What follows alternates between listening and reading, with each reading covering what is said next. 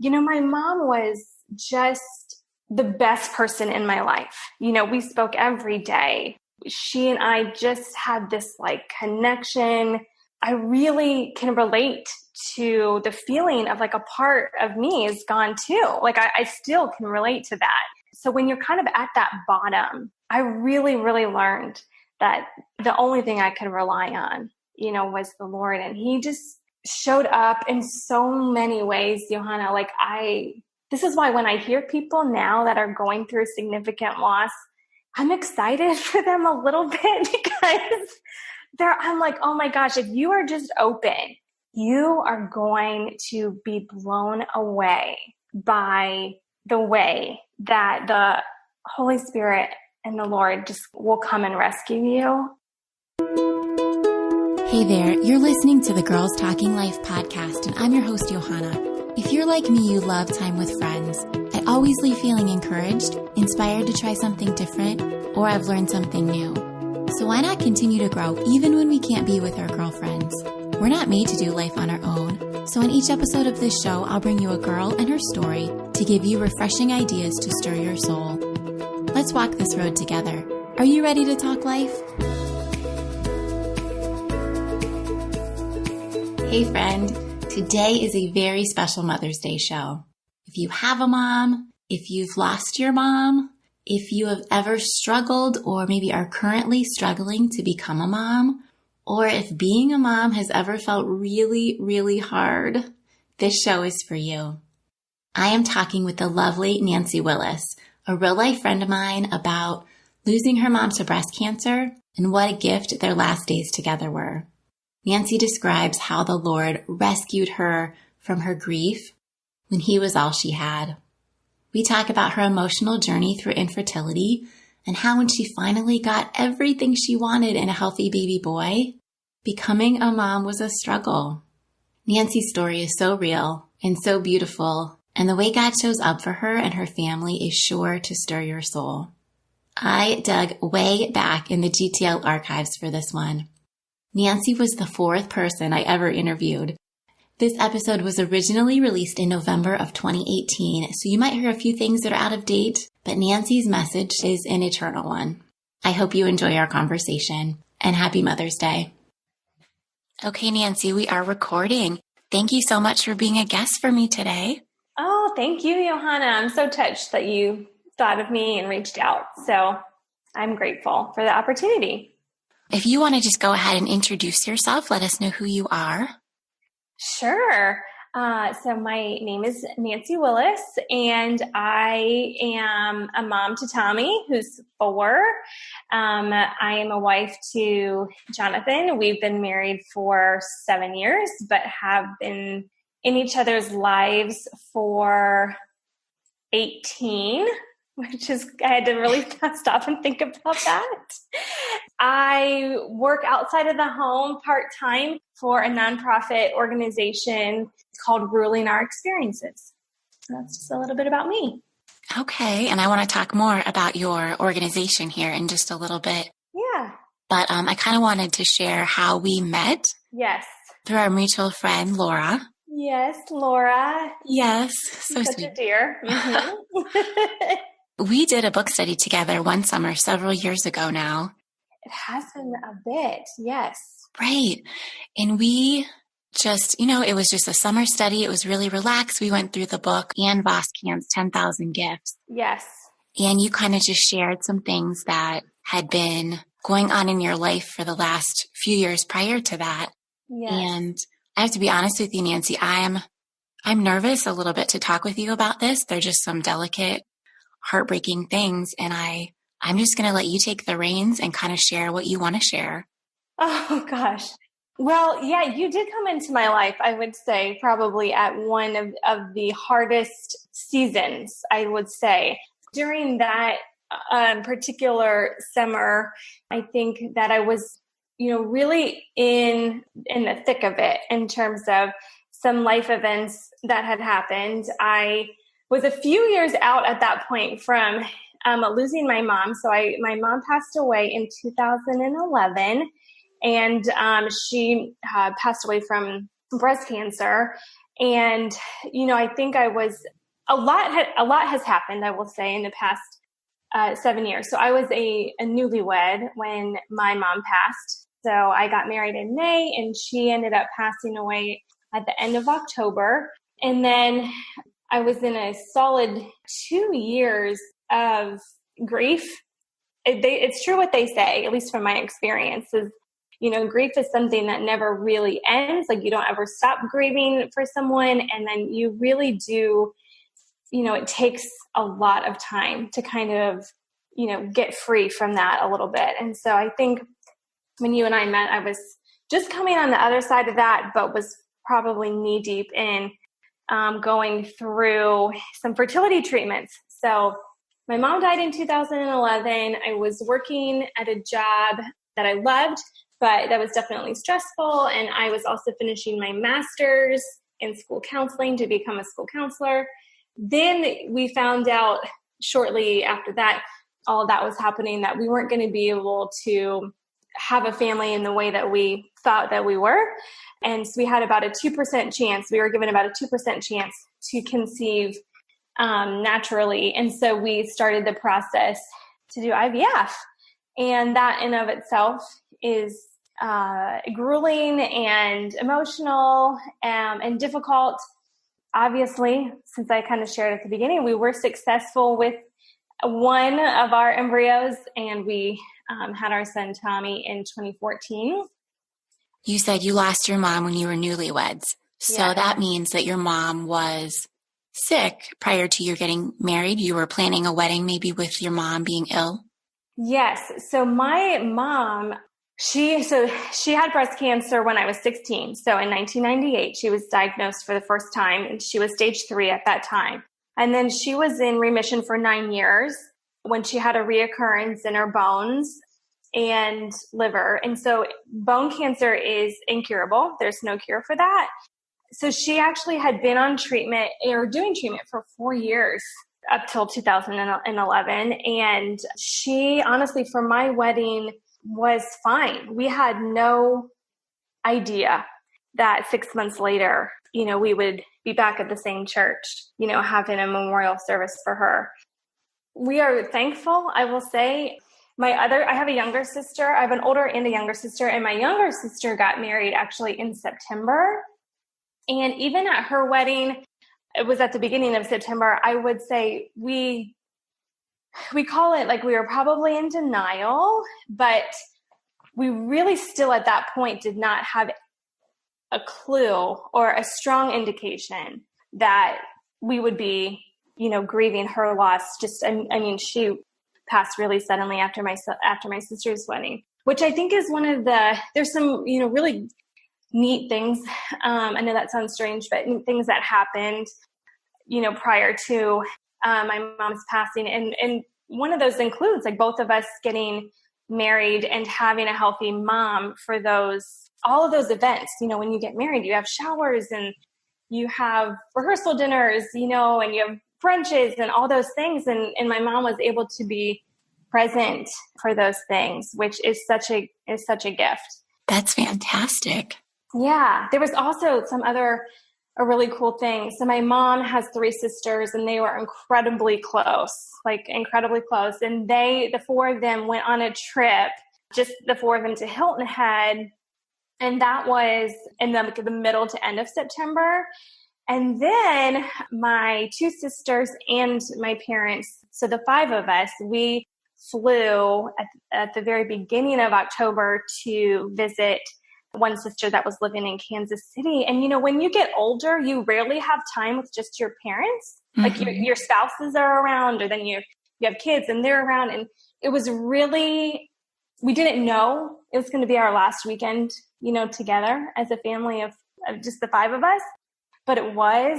And that, like, looking back, that we had that time together was such a gift. And I think it also is so cool to think about how, like, God knew that all of those things, right, were planned and orchestrated in advance of, a forever change, and to have those little memories. And I'll say definitely on that Kansas City trip, my sisters and I shared later, that we all went to bed that one of those nights and just cried ourselves to sleep because we saw a shift that weekend. It was a pretty noticeable shift in my mom's health.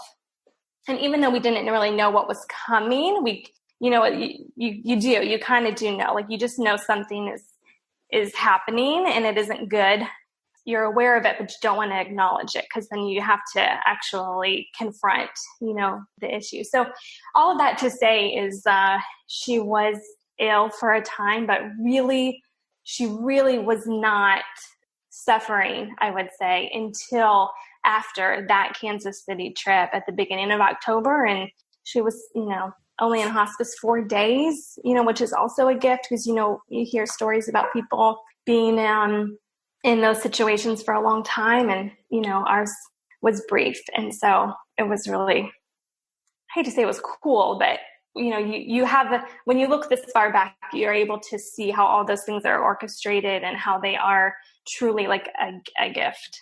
If you have to go through something like that, losing your mom, such an important person in your life. Yeah. Just to have those good memories and, yes. To know that it went quickly for her and there wasn't suffering and that she was able to participate in those events with you. Yeah, it is. My husband's father passed away unexpectedly when he was 16, and he didn't have a chance to say goodbye, in the way that we did. And I gotta say, my older sister, Allison, she had such a great idea. And it was kind of day 2 into our hospice life. And she just said, let's decide like how we want to spend this time, with mom. Like we know it's going to be short. It was definitely, we didn't know it was going to be that short, but we thought, let's, how do we want to do this and make the most of this? And so we just decided that, we all wanted to be present. So we all just stayed at, their house, and we wanted to watch old movies. We set up like this TV, and we brought out all the DVDs and the videos of us like growing up. And we got to have her friends, come over and say goodbye. And we tried to be thoughtful, about it at a time when you really are just in such a haze, right? You just think like, how can this actually be happening? But it was, and we did get to be with her when she passed. I'm so glad you got to take advantage of the time like that. Yes, we are too. Definitely one of those things. Yeah. When you can look back and, be thankful when it's hard sometimes. So your mom passes and you have this support system of sisters and aunts. Yes. And did you just lean on each other in that time? It's interesting. Yes, for sure. Like my family is incredible. But I will also say that everyone handles, their grief differently. Sure. And it's hard, even though we had this common experience, because we all were there, we all experienced the same thing. But the way that it hit us and impacted us, each of us was different. My dad, my sisters, my aunts, her friends, everyone was impacted, I would say, differently. And so it was difficult to support one another, quite honestly, in those moments because, I was so devastated myself that I really could not be a support to my sisters or to my dad, or to my aunts. And so you kind of fumble your way. You fumble your way through it, and you lean on maybe some other people, in your life, because your support system that you're used to having is just as broken, as you. And so that was definitely something that, that I had to navigate. I certainly sought out professional help with that multiple times, actually, and still do. And then, I certainly had some friends, close friends that were tremendously supportive. And I know for even just watching my friends, know how to try to support me. It's hard when you have someone that you love lose someone that they love. And it's like, what do you say? Or do you bring it up all the time? Or, how do you ask them, how are you doing? Because that seems like such a trivial question, Right. because that they're devastated. And so you kind of just navigate that as it comes. And I would say this was also a time when I really, really, like never before, had to rely on my faith and had to rely on really like the Lord to get me through. I till this day, I haven't had a similar type of experience or encounters, with the Lord like I did during that time, because I really had nothing else. I have, tremendous people in my life and a wonderful husband who knows what it's like to lose a parent. But when you really are stripped of everything, and, my mom was just the best person in my life. We spoke every day. She and I just had this connection and, this bond. I really can relate to the feeling of a part of me is gone too. I still can relate to that a little bit. And so when you're kind of at that bottom, I really, really learned that the only thing I could rely on, was the Lord. And he just showed up in so many ways, Johanna. This is why when I hear people now that are going through significant loss, I'm excited for them a little bit, because I'm like, oh my gosh, if you are just open, if you are just seeking, you are going to be blown away by the way that the Holy Spirit and the Lord will come and rescue you. It's hard to describe unless you have experienced it or gone through that. But I don't know how people go through these things and don't know the love, Yes. of God. I really don't. And I feel for them, because it's just so different. And I would say it was really a turning point in my faith and in my relationship with Christ, for sure. I haven't had a loss like that. I haven't experienced that, but yeah, just to watch the news and to see, yes, this is what's happening in our community or in our country, and not to have that hope.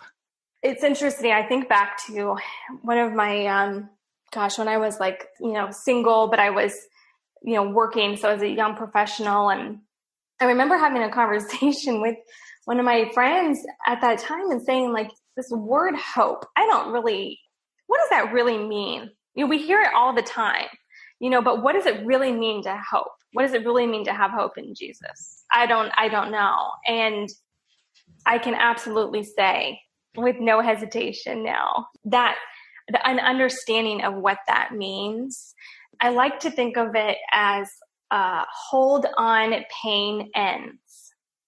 I love that. I don't know where I heard that. I did not make it up. Somewhere along the line, I have received that from something. And I share that with people now, because there's truth in that. There's so much truth in that. That here on this earth, yes, your pain will end. It will. It just does. You may have periods of pain, or, there are definitely times that are painful still. But I know without a shadow of the doubt that I will see my mom again, and I will get to spend eternal life with her. And there is so much encouragement in that for me. Absolutely. Yeah. You talked about struggling with infertility and yes, going the route of IVF to get pregnant with your son, Tommy. Can you talk a little bit about that for me? How did you come to that decision? Yes. So our fertility challenge is male fertility, actually. I think that is not something that a lot of people talk about, at least that I know. It tends to be folks that I know who have gone through some fertility struggles. It's all been female related. And so in our case, we had male infertility issues. And so that I don't want to say that it made it easier, but I do know that like I've talked to women and it's a little bit of a heavier issue because they take on so much of that blame. Mm-hmm. And I don't, have that same experience. And so when we found out that it was going to be a 2% chance of conceiving on our own, we really just made the decision together to invest, honestly, our resources and our emotions and our physical abilities, to just going for what's going to have the best potential outcomes. And so we jumped straight into IVF. We did not do any IUI or any of that before. And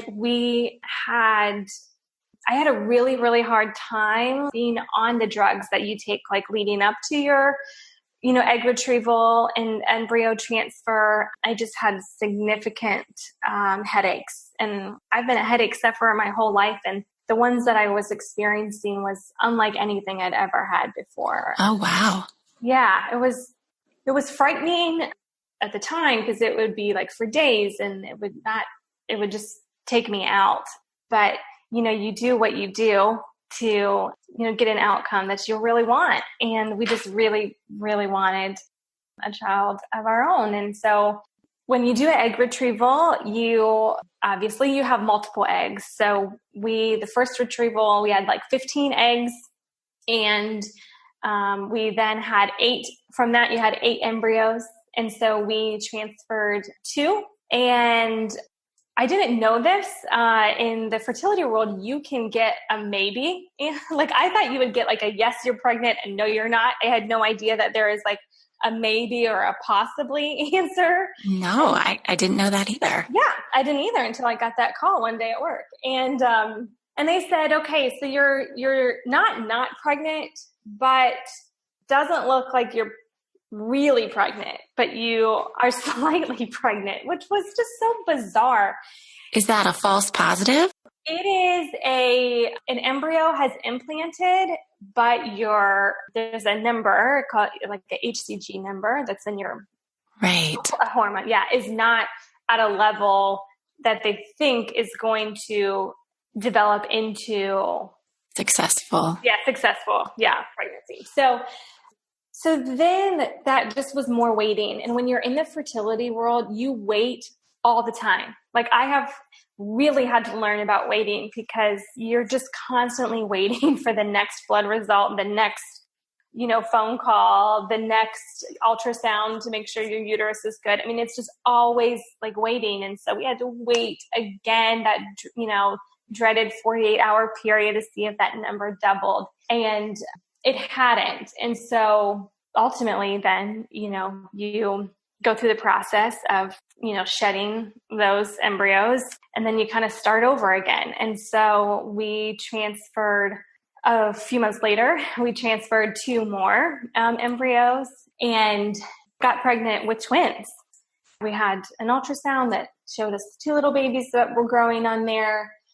And they did warn us at that time that like one looked like it was bigger than the other. And so, we need to keep waiting and watching and see what happens. And then ultimately, we only have 1 child. And so we did learn that the other embryo did not continue to grow and develop. And at that point, quite honestly, we were so ecstatic to be having 1 healthy baby growing that we were just so focused on that and excited about that.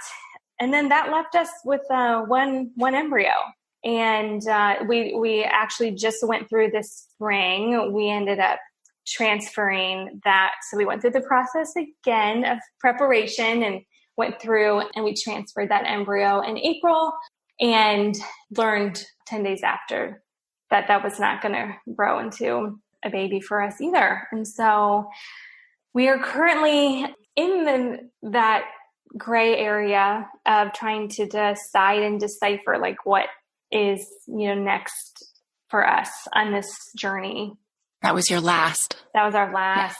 Yeah. Okay. It was our last. And we knew that doing IVF again from the beginning was not something that seemed like the right thing to do. It's not easy. And you have so many embryos potentially that it's a really hard choice to know like there's just so many unknowns. But yeah, so we're still figuring it out. It's tough, Johanna. It's tough to know.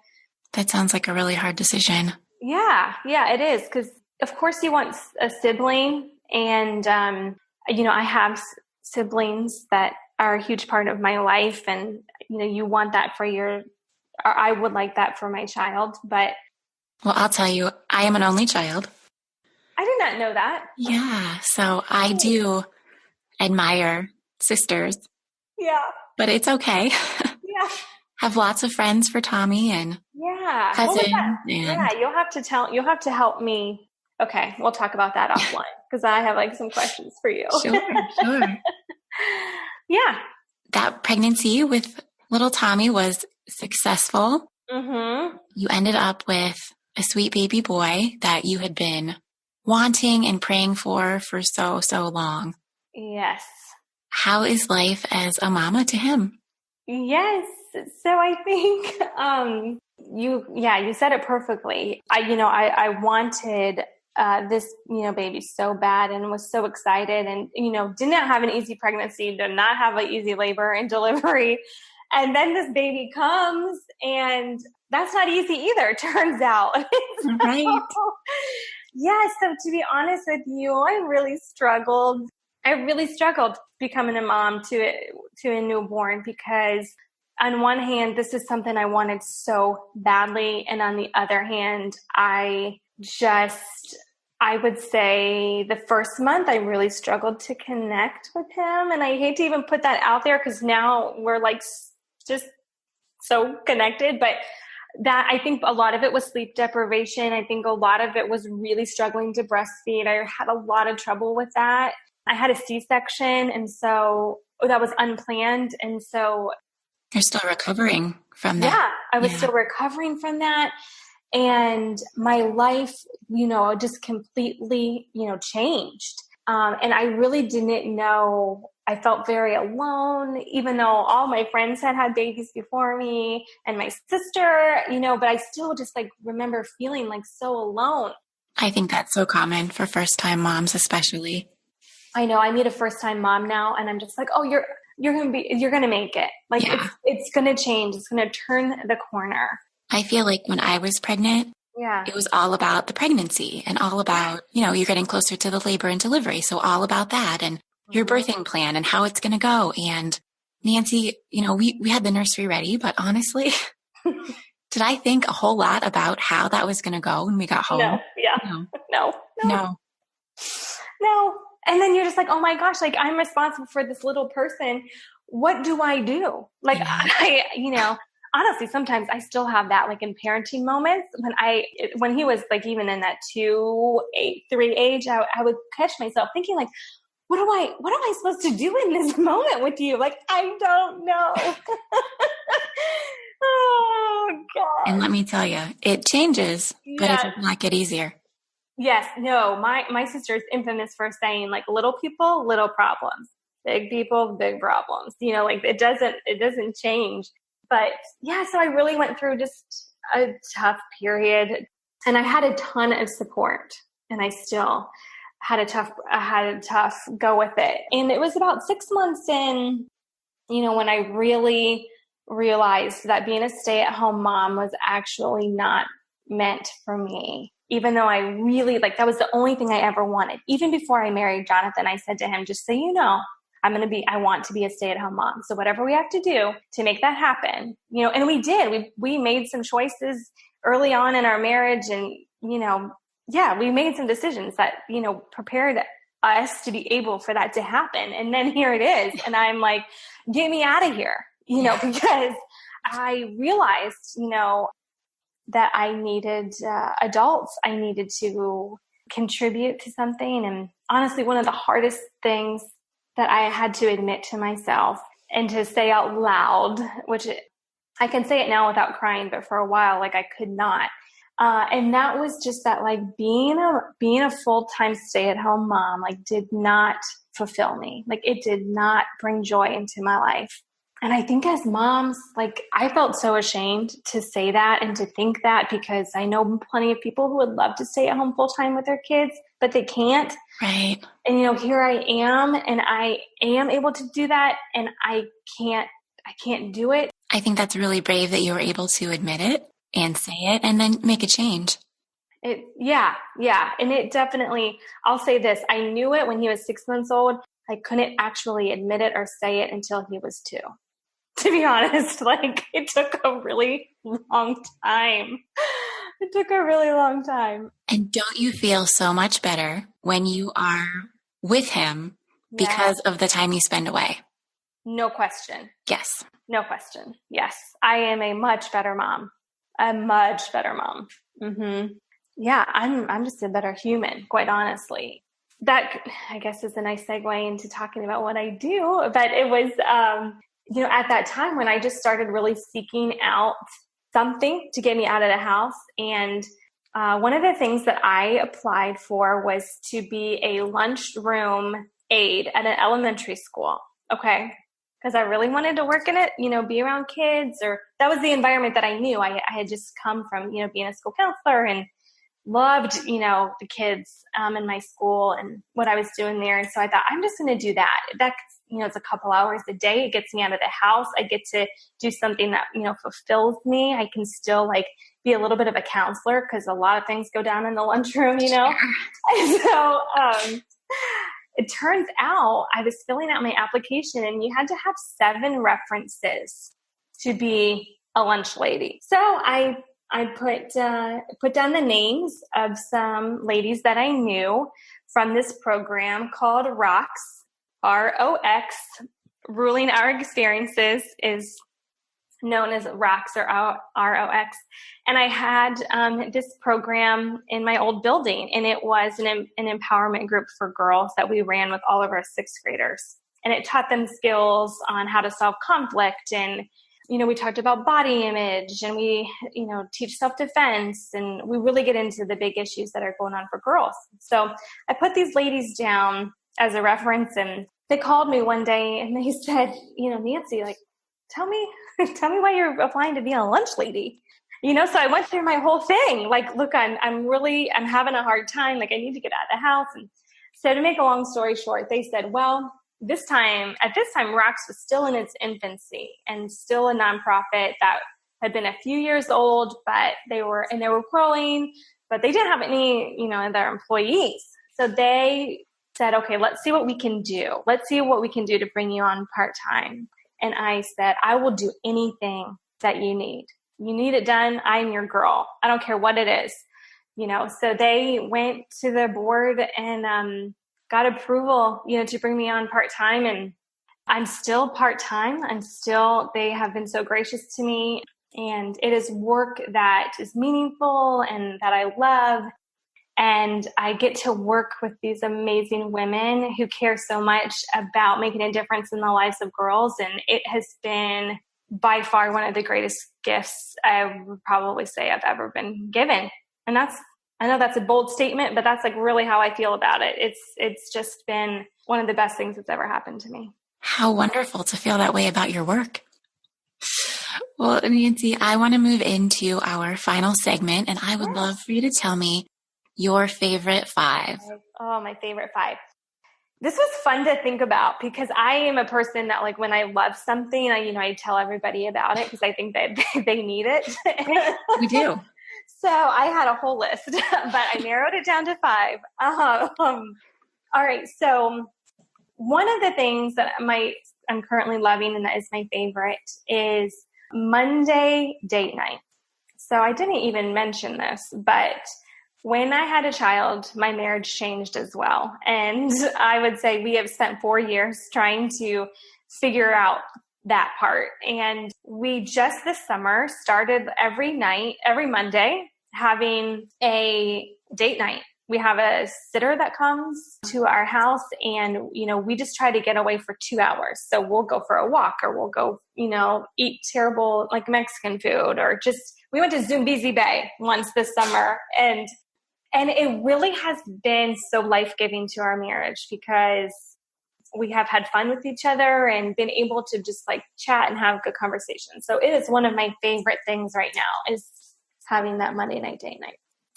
All right. So that's one. So the second favorite thing is another organization here in town that I have fallen in love with, and it's called Seeds of Caring.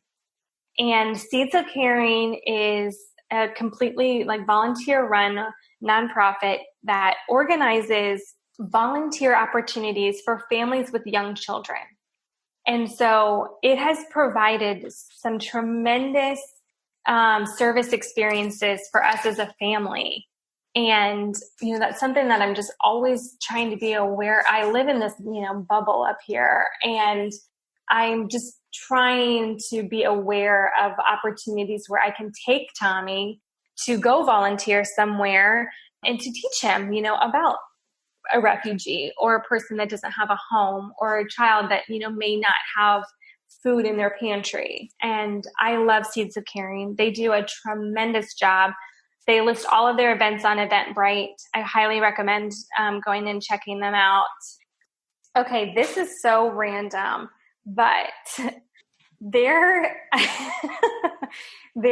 is these donuts, okay, that are only available on Saturdays. The name of the little organization or company, I guess, that makes them is called Big Little Donuts. Have you ever had them, Johanna? No.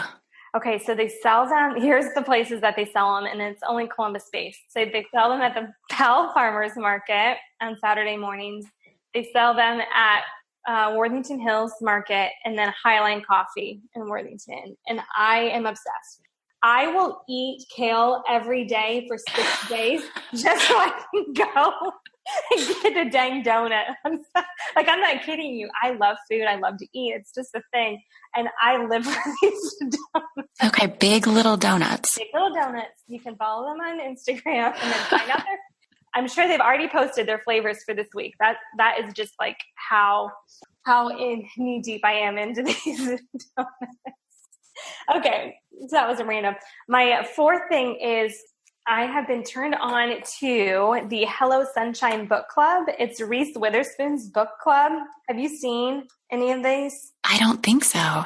Okay, Johanna, I have read now probably, I don't know, maybe 5 of her picks, and they've been some of the best books I've ever read.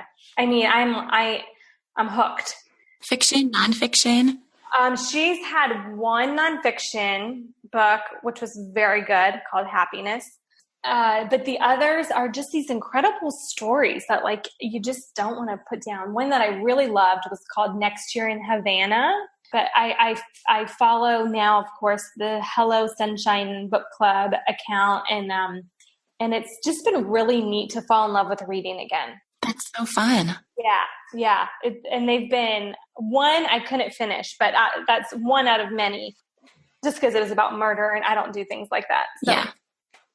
Okay, and then the last thing that I am loving right now is the Lauren Daigle CD album. Yes. But Lauren Daigle, particularly the song Rescue. So I would recommend that if anyone listening is going through a tough time or just like wondering, like, where is God in this situation? Or why is this happening? Or I feel so alone, or I'm so, sad or grief stricken. Like the song Rescue just is all you need. It just is it just kind of washes over you this reminder of like, no matter where you are, He can rescue you. It doesn't matter. I've listened to the album. I'm not sure which song is Rescue. Okay. Go back and listen to Rescue. I will listen. Loud. And I mean, I still can't listen to it without shedding tears. Mm-hmm. But music has always done that for me. Music has always been an outlet.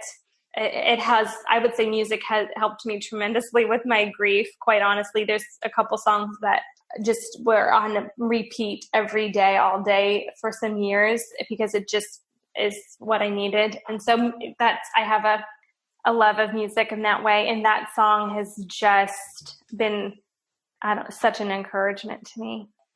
Music has the same effect on me when we worship on Sunday morning. Yes.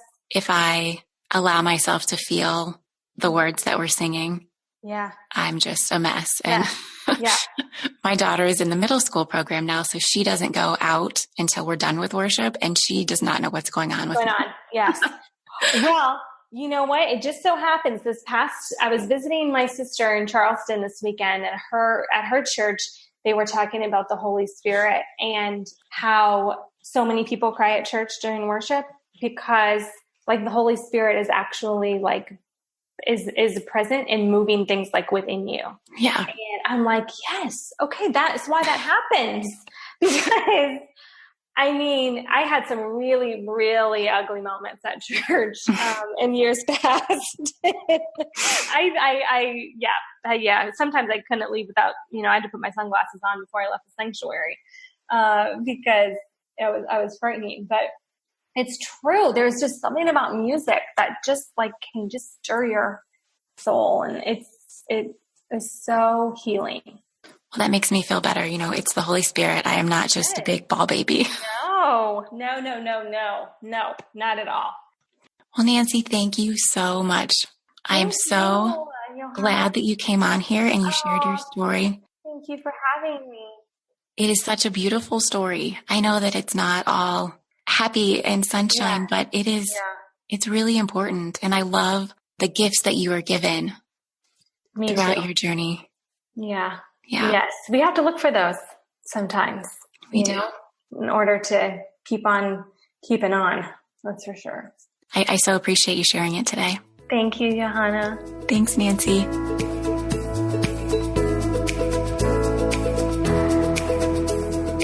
Hey friends, I hope you loved this episode. Nancy is so inspiring to me, and I hope you were as touched by her story as I was. Nancy talked about the organization Seeds of Caring. If you're local and this is of interest to you, check out their Eventbrite listing. You can find the link in the show notes for this episode at girlstalkinglife.com. Nancy and I also talked about Lauren Daigle's song Rescue. I went back and I listened to it after we talked, and I've kept listening to it. This song is so powerful. It's like everything you've ever wanted to hear someone say to you. No matter where you are, I'm coming for you. And people can do that for us, but when they fall short, God is there. He's coming. If you haven't heard it, I encourage you to take a listen. And yes, it makes me cry. As always, thanks for tuning in.